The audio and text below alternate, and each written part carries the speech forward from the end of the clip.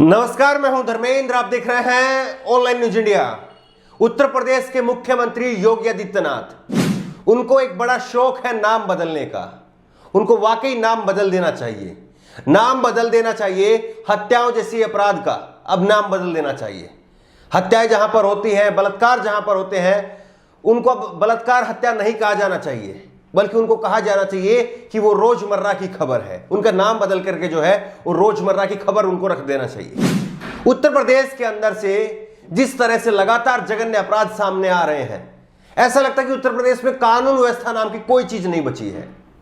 उत्तर प्रदेश के खास करके हाथरस से जिस तरह से लगातार हाथरस की बेटी का जो जख्म है वो अभी सूखा भी नहीं है, लोग उसको भूले नहीं है। किस तरह से आधी रात को प्रशासन ने उसको परिवार की मर्जी के बगैर उसको जला दिया था।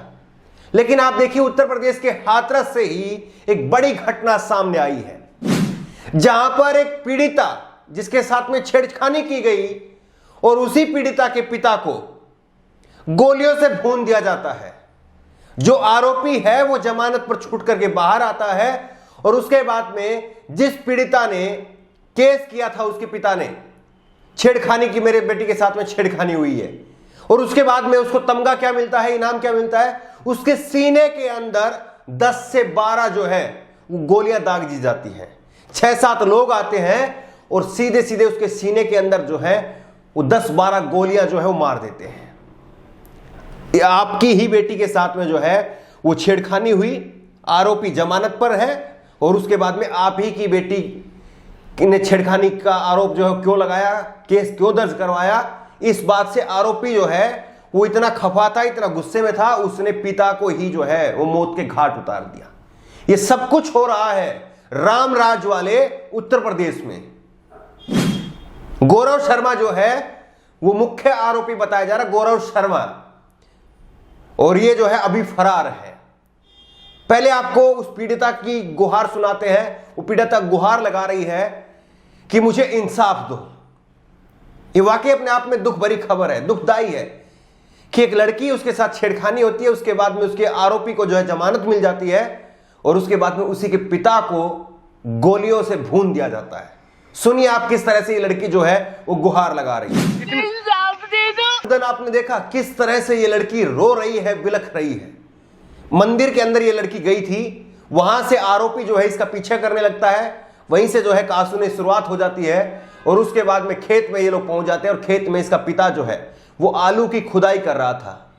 किसान था ये इसका पिता, एक मामूली से आदमी थे, और वहीं पर खेत के अंदर जो है फिर उसके पिता को गोलियों के घाट उतार दिया जाता है। उसके पिता के सीने में जो है 10 से 12 गोली जो है वो मार दी जाती है। सोचिए इस खबर को लेकर के कितना हल्ला गुल्ला होना चाहिए था। उत्तर प्रदेश के मुख्यमंत्री को कटघरे में खड़ा करना चाहिए था कि आखिरकार ऐसा क्यों हो रहा है, और कुछ एक जिले जैसे हाथरस है, बुलंदशहर है, क्यों यहां पर बार बार ऐसी घटनाएं हो रही हैं, ये सवाल पूछे जाने चाहिए।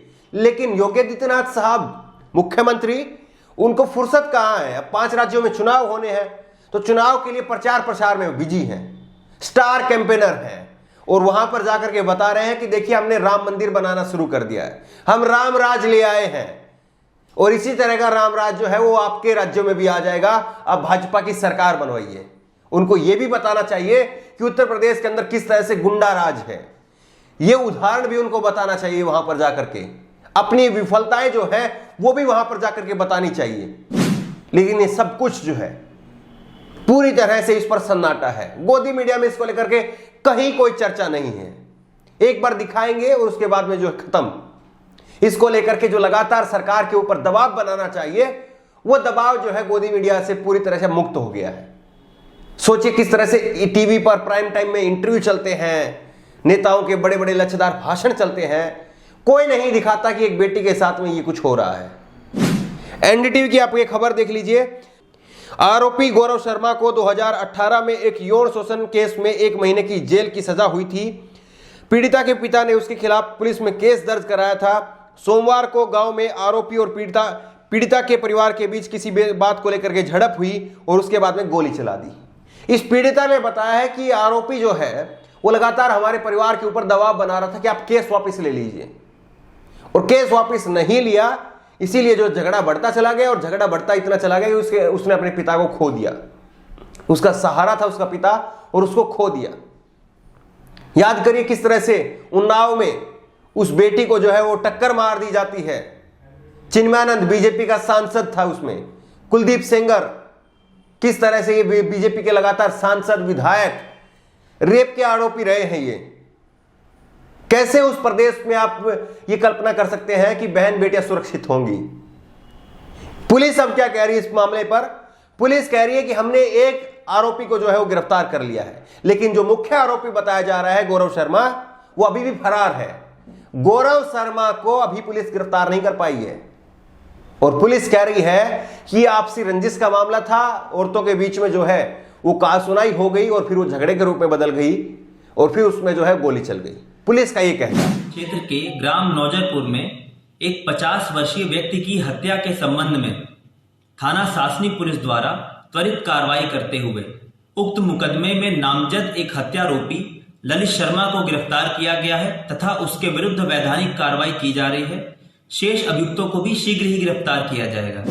आपने पुलिस का पक्ष सुना, पीड़िता का पक्ष सुना। आपको क्या लगता है कि वाकई जो है ये घटना मात्र ये कह देना कि आपसी रंजिश थी उसके तहत हुई है? क्या आपको लगता है कि ये कहानी सिर्फ इतनी भर है, या आपको नहीं लगता कि पूरी तरह से एक दबंगई का मामला है? आरोपी जो है वो दबंगई दिखा रहा था। आप बताइए, 10 से 12 गोलियां चला देना और 6-7 लड़कों को लाकर के गोलियां चलाना, जिसमें 4 आरोपी तो नामजद हुए हैं। क्या आपको लगता है कि केवल कहा-सुनाई का मामला है? ये सीधे सीधे दिख रहा है कि दबंगई का मामला था ये, और किस तरह से दबंगई की वजह से एक परिवार को जो है तो अपना सदस्य खोना पड़ा है। एक पीड़िता को, छेड़खानी की एक पीड़िता को अपना पिता खोना पड़ा है, यह साफ तौर पर नजर आ रहा है। पुलिस भले ही कितने ही इस पर लिपापोती करे, लेकिन सच्चाई जो है वो छुप नहीं सकती है। और सच्चाई ये है कि उत्तर प्रदेश के अंदर और खास तौर पर जो है ये हाथरस बुलंदशहर की जो बेल्ट है, इसके ऊपर जो है जिस तरह से लगातार अपराध लगातार बढ़ रहे हैं, इसको लेकर के पुलिस की जो दलीलें सामने लगातार आती हैं, उन दलीलों पर शायद ही जनता को विश्वास हो। आपको क्या लगता है, जिस तरह से उत्तर प्रदेश में लगातार अपराध बढ़ रहे हैं और उत्तर प्रदेश के मुख्यमंत्री चुनाव प्रचार में व्यस्त हैं, आपको क्या लगता है कि यह सही है? और क्या इसी तरह से राम राज का दावा बीजेपी करती है? और क्या यही राम राज है या गुंडा राज है? आपकी राय क्या है? नीचे कमेंट बॉक्स में अपनी राय जरूर दें। और इसी तरह की तमाम खबरों के लिए ऑनलाइन न्यूज चैनल को सब्सक्राइब करें, साथ में जो बेल आइकन है घंटी उसको जरूर दबाएं, ताकि जैसे कोई वीडियो अपलोड करें उसकी नोटिफिकेशन आपको तुरंत मिल सके।